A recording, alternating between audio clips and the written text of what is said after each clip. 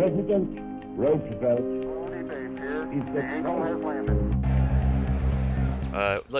Let's welcome the audience. Welcome to Stories from the Attic. I'm Greg Van Antwerp. Welcome. I'm Martin Blanco. And we're here this morning in neither attic nor basement, because instead of us bringing you to the attic or basement, we've decided to bring the entire house to you. Because really, when you have an entire house from the 1750s, why ever would you need to go in there when you have a model, a mock-up? A mock-up. Yeah. So, Martin, did you ever play with dolls as a kid? Yes. Did I just? Okay, stop right there. Right there. I didn't mean to put you on the spot. One of them was G.I. Joe. If you wanted to hang out with the babes on your street and you're 6 years old, you're gonna put yourself through a lot of shameful behavior. And one of them was, hey, so what is that? Can we burn it down? Yeah. This was actually in the basement of this house. Likely purchased from another sale, but that's not important.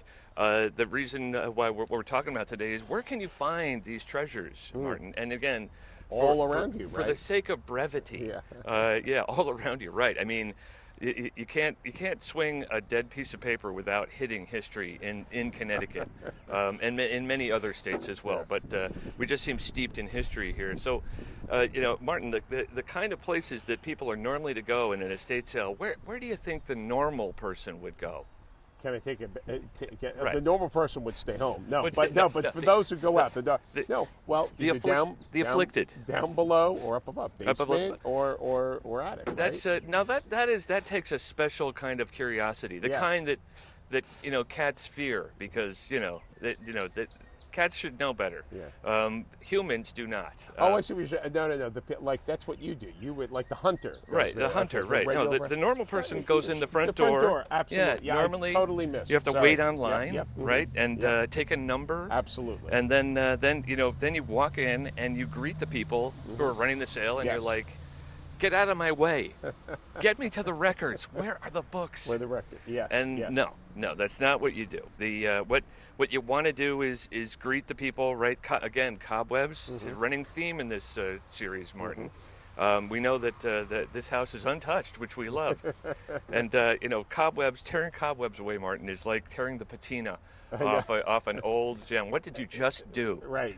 And to quote you from 2 weeks ago, that's a supporting cobweb. That's a support, right? It could well be.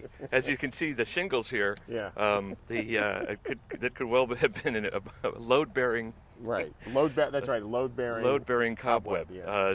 But I heard no crack and no crackle. But so far so good. Yeah, so far so good. But the kinds of things that you can find in the average house are your, home decorations. Mm-hmm.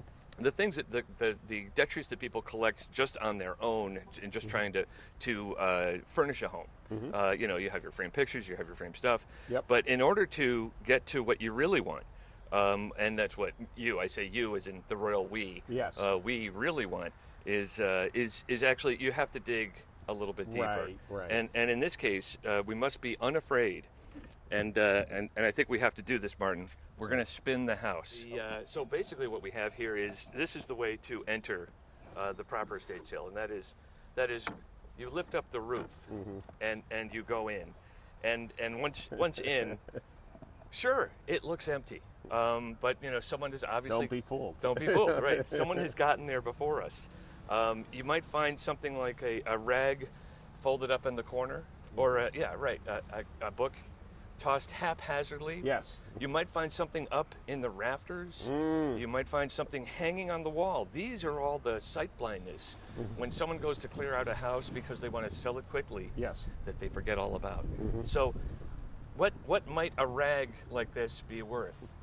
Nothing at all. But if you like interesting things that have a certain design or style to them, a bag of seed, probably from the 50s, I want to say, that says "Winter Life for Outdoor Birds."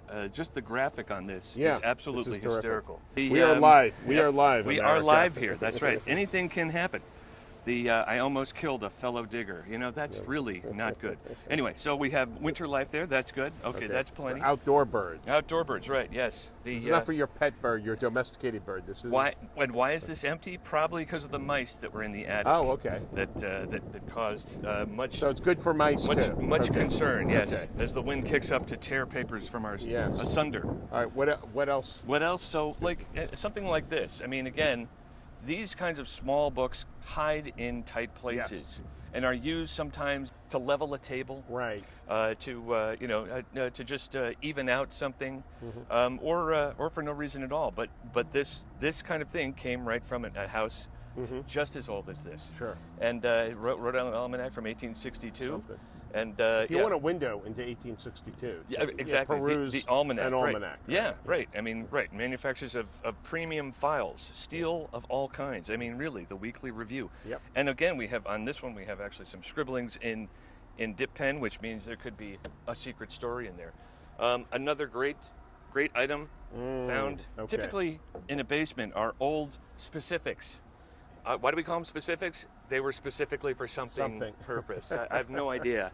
It's just a line I learned from the Birdman of Alcatraz. That's what he was making Stroud's specifics. Okay. Specifics. Ooh, say that 10 times fast. But let us not speak of him. So this looks like some sort of apothecary thing, some sort of medicine or pharmacological thing. But I think I'm wrong. That's right. Yeah. On first impression, because these are the types of things that are very collectible. And really interesting, just because of it was some outdated form of curative that is no longer of any interest to anybody, and because it will kill you likely. We're guiding customers into the guiding them away from the hole. From the hole, because there was a hole here. Right. Not only do we not want them to walk in front of the camera, but more importantly. We don't want them to plummet into the hole. Unfortunately, right. Your agent got to me and said, you seem to be taller than Martin.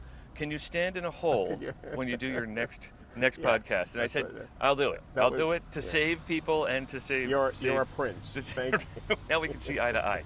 Yeah. Anyway, so what we have here is this is not medicine. Unless you consider meat medicine, which in the medieval times they might have. Okay. I'm saying meat evil, but anyway, this is Krauser's preparation for imparting a smoky flavor to meat. This is like a marinade. It's a marinade, right? It's just it's a smoked flavor. They sell the same thing today to give some flavor to meat and to maybe help preserve it. Who knows what's in there? But it's preserved itself, which is testimony to Krauser's fine method. The danger of, I love this, no danger of losing by fire or theft, which normally happens with meat. Yeah. Right. Now you can hang it in the garret and apply the preparation, and then after being treated with our preparation, clean in good condition and with a delicious smoky flavor. So it is also a cleaner as well as cleanser. As a cleanser. I mean, have you ever thought about clean your meat? And someone said, well, while we're cleaning it, why not impart some extra flavor to it? Right. That was... But hey, you know what? That's it. Makes sense. Just cleaning it. And apparently it's also a fire extinguisher because now your meat won't burn; it will smoke. Gotcha. But the old way was smokehouse, and we have this great picture here. Yeah, look at this. The smoke. Yeah, we can definitely get a tight shot of that. The house looks a lot like this. Yes, right? But it's on fire. And very soon it may actually be like this, because the sun is getting kind of hot. But yeah, smokehouse and meat burning, a very frequent occurrence, entailing much loss. Yes. Much loss. All the meat. Much. Yes. The tragedy. How much loss? Much. Yeah. 1 quart. Okay. 1 quart of, right. There was something on here I read. It was, the advantages with which we claim result from the use of our preparation instead of smoking meat in the old way. So this is pretty progressive. Right. But there was a warning on here. Oh, this is it right here. Special notice and remarks. And I love the font on this. Yeah. This preparation will not make decayed meats good. If your meat has been spoiled in salting or pickling, do not expect it to make it good. Okay. So there it is. This is decayed meat. So even Krausers can't save decayed meat. Krausers can't bring meat back from the dead. No. There are other. That's a lot. That's asking a lot. It is. But this was found in the basement of a home in a town nearby, and in a overpainted door in a crawl space, and there it was, and it was there for probably 100 years. You know, that's the type of thing too. When the house is sold, right, it might actually, when the new owners come in and like, what's this? Right. You know, and then Exactly. and like everyone's just sort of not deliberately ignoring it, but just not seeing it, right, because it just sort of becomes invisible. The best advice I have for people that are looking for these kinds of really unique, one-of-a-kind items is it almost doesn't matter sometimes when you get to the sale. I mean, certainly there's a greater selection, but it actually, when a house has been cleared out by the throngs of people coming in, or by the families, or by a service, it basically is an opportunity to have a clear space to now look at all the hiding places, you know, under the eaves and under the floorboards, and in those places where people are like, my knees don't work, I can't get down that low, or I used to be taller, but now I'm standing in a hole. That sort of thing. That sort of thing. Okay. Exactly. So it's that sort of thing, and that's probably the best advice I think we can give to people who might be coming to a house such as this. Again, 1750. Maybe we'll show a few pictures from inside this house. Fortunately, by the time this will air, these folks will have moved, and you know, so don't. It's a beautiful house, beautiful hard, wide board wood floors, and I love the stone foundation. I mean, it's again another example of Connecticut history in a common neighborhood. This is Belden Hill, okay. Very popular thoroughfare to cheat Route 7 and try and beat the traffic, but also peppered with these houses that are still standing and have really interesting history, and that's something we'll hope to investigate more in the next podcast of Stories from the Attic. Perfect times. Okay. Yes, that's right. Well, that's a good time to go. Right? I think actually the crowds, the throngs are showing up to help us find the things after that. So, I'm going to go home and I'm going to try and save some decayed meat with salted or pickled. All right. All right. I'm going to go home and get salted and pickled because it's been quite an early morning. Anyway, Martin, thank you so much for joining me on this episode of Stories from the Attic. So much fun. I'm Greg Van Antwerp. I'm Martin Blanco. And we'll see you next time. All right. Bye-bye.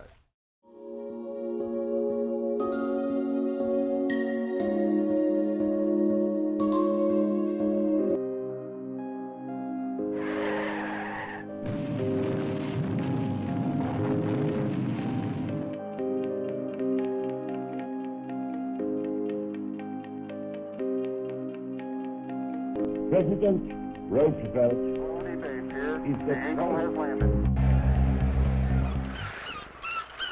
Ahoy! A bird! We must be near land! Man the sails, mates! Tack those princess! Bring us the yodels! Yodels? We'll eat before we go ashore! Oh, so that's what pirates eat. Guess it's 'cause the box looks like a treasure chest full of silver. Oh, and the silver has chocolate in it. And the chocolate has devil's food cake in it. And the cake has cream in it. Watch out for that cream, Princess. Looks like there'll be some yodels left for the next voyage. But who can wait? Peter! Uh-oh. Where did you get that boat? Look for the treasure chest box of 10 yodels, enough for a whole crew. Yodel, yodel, yodel, yodel,